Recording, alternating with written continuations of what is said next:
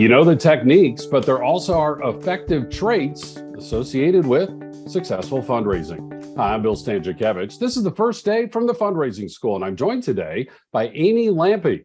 Amy is the Associate Vice President of BWF, a nationally regarded consulting firm helping fundraisers across the United States and internationally as well. And Amy is the co-author with Josh Burkholz of Benefactors: Why Some Fundraising Professionals Always Succeed. Amy, great to have you with us on the Fundraising Schools podcast. Thank you, Bill. This is a true treat as we are partially a Hoosier family. My husband actually attended IU and IUPUI for his master's, so this is a true pleasure. Well, we're grateful for you speaking to our national and international audience on this podcast. And I know we're going to focus on a few aspects of the book, but just kind of overall, why do some fundraising professionals always succeed? Why did you and Josh write this book? Well, one thing that I felt on the heels of having managed a team actually in the performing arts before joining the firm as a consultant is as we sat down and knew that our next collaboration was going to be a book together.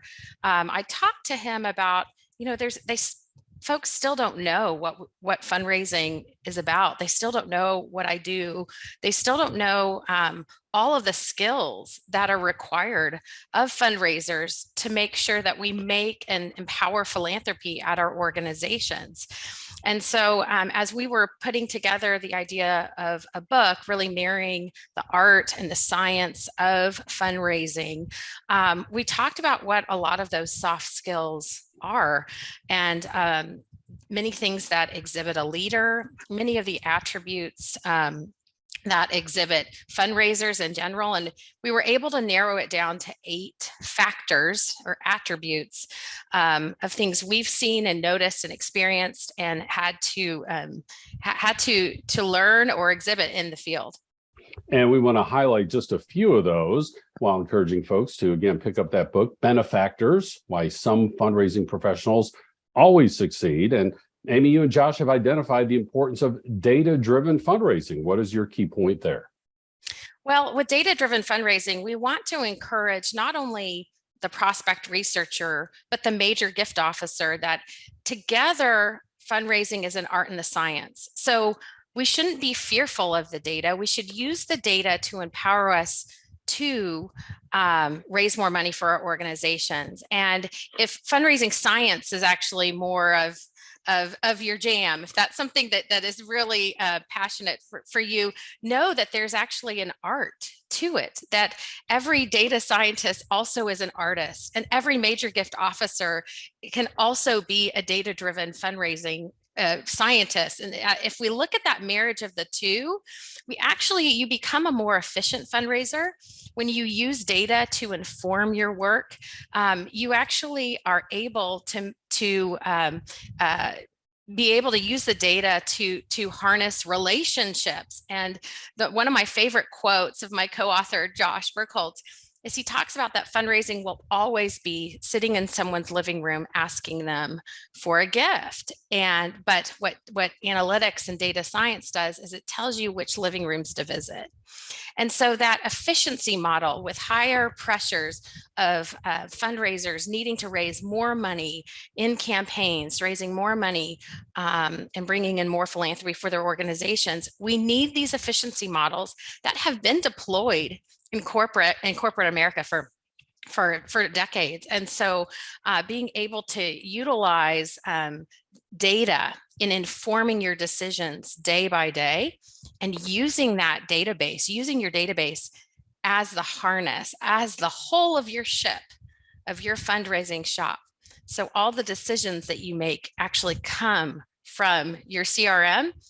I have found as a fundraiser that using that approach does raise more money for my previous institutions. And in fact, my contention is the most important person on the fundraising team is that staff member assigned to overseeing the database. Kind of like Jefferson said, that information is the currency of democracy. Information is the currency of effective fundraising. And fundraisers are highly relational people. I would just encourage you to get in relationship with your data. Amy, a mentor of mine, said the data will talk to you. Yes. That's a way to kind of personalize it a little bit and not be thinking we're just looking at numbers on a spreadsheet. Bill, I'm so glad you said that because I tell clients all the time, your data has a story to tell you about your donors. Let's talk about, and we'll preview an analysis of what the data is telling them through a predictive model. And I was like, this is the story of your major gift donors. We make assumptions all the time as fundraisers. This is how my major gift donors act. This is how I know this is who my donors are. But your data winds up telling you a completely different story many times. And now that we have so much data that we've been able to collect through the years, I really feel that every future shop needs to be a data-driven shop focused on that analytical nature. And we're starting to see it. I love it because we're starting to see it at homegrown. Actually, when we first introduced predictive fundraising models to arts and culture organizations, that was Josh and our first project together.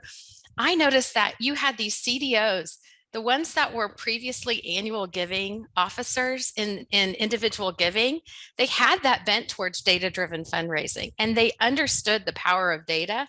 So it's really interesting to see data-driven leadership in our fundraising shops come into play in these organizations.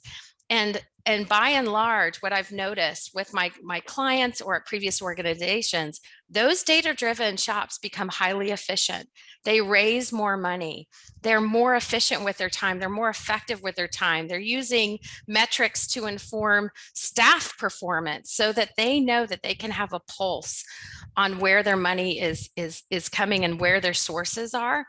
And it's really, it's an exciting time, I feel, to be in fundraising because we can use these tools to learn about connection, to learn about engagement. We can put data behind how connected a donor is to you. There's data behind how engaged, how a donor feels about you. So using that data to inform strategies, I think is magic. And I think is really something that's exciting for our development leaders.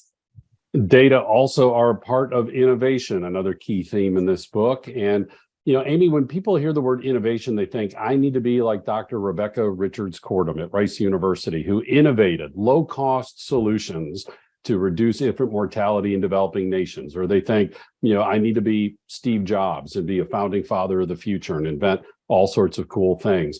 How does innovation fit into effective fundraising?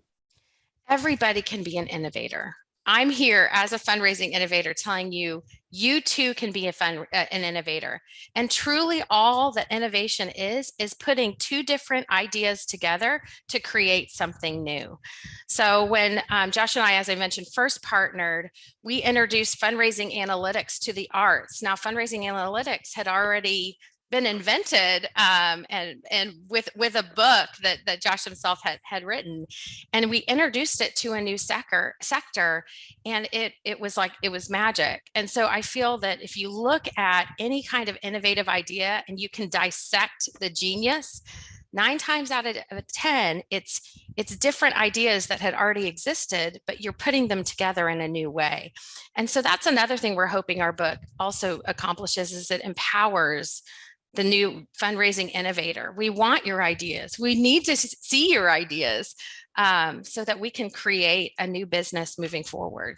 And Amy, one aspect that can inhibit innovation is people think, I need the one big, gigantic, huge idea, like the iPhone or something like that. Or other people say, I came up with a great idea in the shower. And I think, can I come take a shower at your house? Because my shower head doesn't have the big ideas. But it's just like fundraising. We don't sit in our office and just wait for the big gift to walk in. We can't limit ourselves by thinking we have to wait for the big, gigantic idea. As you said, we're often looking at existing information and asking, what comes next? Correct. And it's actually trying to think ahead. Josh often talks about, we talk about it at our firm. It's not the best practices necessarily, though we all do want to strive towards best practices, but what are those next practices? What are ways that we can be propelling our shops towards the next practices in fundraising and be thinking about what that next idea is? And you also have an excellent chapter on leadership and the podcast with Josh specifically on that topic. But I know you like to emphasize the soft skills of fundraisers as leaders. And there are some that you have worked on developing, and we all need to work on developing in your and all of our fundraising careers. Absolutely. As a data-driven fundraising leader, a couple of things and takeaways that I have for other leaders is I made data-driven hiring decisions. I started data starts at the top. And so that kind of leadership has to be exhibited by your CDO. And so I would, no matter what position I hired, they all had to be comfortable with the database, from a major gift officer to a foundation relations professional to a development associate, individual giving. They all had to have that skill of comfort, because we would dive into the database together to allow it to harness our operations. And so developing those soft skills, seeing yourself as a leader, having the character and approach of forgiveness is so key to being an effective leader as well. And those are outlined in this book. Benefactors: Why Some Fundraising Professionals Always Succeed, co-authored by Amy Lampi, who is Associate Vice President of BWF, as well as Josh Burkholz, published by Wiley, which also is the publisher, by the way, of Achieving Excellence in Fundraising, the 5th edition, the key textbook from the fundraising school and the IU Lilly Family School of Philanthropy. And speaking of leadership, when you come to the fundraising school, you're going to learn how to fundraise. Our alums meet or exceed their fundraising goals at a rate higher than the industry average. And you can also learn more about our leadership, 4 courses leading to the Certificate in Fundraising Leadership, one of 4 certificates that we offer, a couple of dozen public courses that we have. We have custom training.